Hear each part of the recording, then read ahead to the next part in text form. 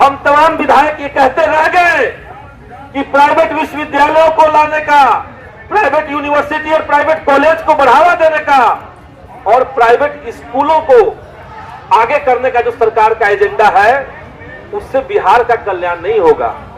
बिहार का कल्याण वहां से होगा जहां पे बिहार के तमाम गरीब गुरबे किसान मजदूर के जो बच्चे हैं वो पढ़ने जाते हैं, और वो स्कूल अगर दुरुस्त नहीं होता है तब शिक्षा व्यवस्था दुरुस्त नहीं होगी।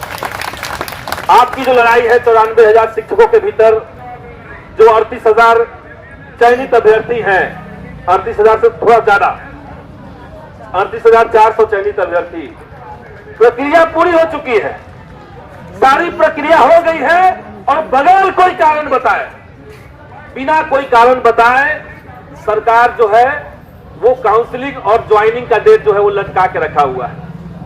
हमने कहा नियुक्ति पत्र, आपकी जो ज्वाइनिंग है, नियुक्ति पत्र आपको जो देना था उसको लटका करके रखा हुआ है। हम सरकार से ये कहना चाहते हैं कि आप तारीख जनवरी में करवाइए। हमने जब शिक्षा मंत्री से पूछा तो वो कह रहे हैं कि दिसंबर के मिड में हम लोग इसको शुरू करवाने की कोशिश कर रहे हैं। हमने कहा डेट बता दीजिए। हालांकि डेट का इस सरकार के अंदर डेट बताने का भी बहुत वैल्यू नहीं है, ये आप जान लीजिए। बिहार एसएससी का एक बहाली है, 13,000 पदों के लिए 52,000 जो अभ्यर्थी हैं वो चयनित हुए हैं। उनकी बहाली जो 2014 से अब तक पेंडिंग पड़ी हुई है, 20 बार डेट बताया गया है, और हर डेट के आने से ठीक पहले नया सर्कुलर आता है कि इसको अगले आदेश तक के लिए हम लोग लंबित रखे हुए हैं। और इसलिए हम कहेंगे कि आपकी जो लड़ाई है, आपकी जो मांग है वो बहुत जेन्युइन है, बहुत बुनियादी मांग है, और इस मांग को लेकर के हमारी लड़ाई और मजबूत हो। विधानसभा के अंदर हमने कल ये सवाल दिया था, क्योंकि 4 दिन का सत्र है और 4 दिन के सत्र में शिक्षकों की इतनी बहालियां हैं, जो सीटेट बीटेट कंप्लीट किए हुए जो अभ्यर्थी हैं उनकी बहाली है, 2011 में जो स्टेट क्वालिफाई किए हुए छठे चरण का माध्यमिक और उच्चतर माध्यमिक उनकी बहाली है, 2019 के जो स्टेट क्वालिफाई है उनकी बहाली है। तो इतने तरह की बहालियां हैं।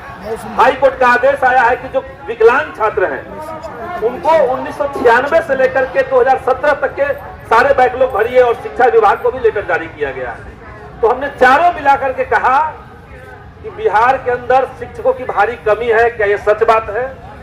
क्या ये सच बात है कि सीटेट क्वालिफाई जो 94,000 बहाली है वो स्टेट की बहाली और विकलांग छात्रों की बहाली, ये सब बहालियां लंबित पड़ी हुई हैं, पेंडिंग पड़ी हुई हैं? अगर हाँ तो सरकार जवाब दे कि इसको आप कब तक करेंगे। ये हमने सवाल दिया, इसको हमने अपने फेसबुक पे भी डाला हुआ है। सरकार की तरफ से इतना बेशर्म जवाब आता है। शिक्षा मंत्री जवाब देते हैं सदन के अंदर कि जो बहाली स्टेट की है उसमें विकलांग छात्रों को 4% हम लोग आरक्षण दे रहे हैं सरकार के नियम के मुताबिक, बस खत्म। सवाल कुछ और था और जवाब कुछ और आ रहा है। तो यही सरकार का रवैया है, पूछिए आम तो बताते हैं इमली।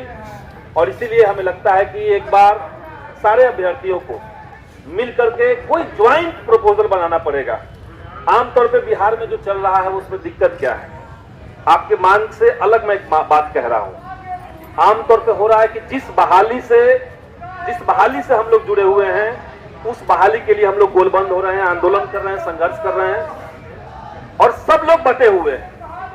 हमारा मानना है कि एक मुकम्मल लड़ाई बिहार के अंदर होना चाहिए। ये बिहार के युवाओं का, बिहार के छात्रों के मान सम्मान की लड़ाई बन चुकी है, और इसलिए एक मुकम्मल लड़ाई हो कि सरकार एक कानून बना दे कि कोई भी विभाग हो, उस विभाग से अगर कोई बहाली की विज्ञप्ति जारी होती है तो उस विज्ञप्ति के साथ ज्वाइनिंग कब तक होगा उसका समय सीमा बहाली के विज्ञप्ति में मेंशन रहे, और जो विभाग उस समय सीमा के अंदर बहाली को पूरा नहीं करता है या विभाग के विज्ञप्ति में कोई गलत सूचना के चलते कोर्ट में मामला चला जाता है तो उस विभाग के ऊपर कार्रवाई हो।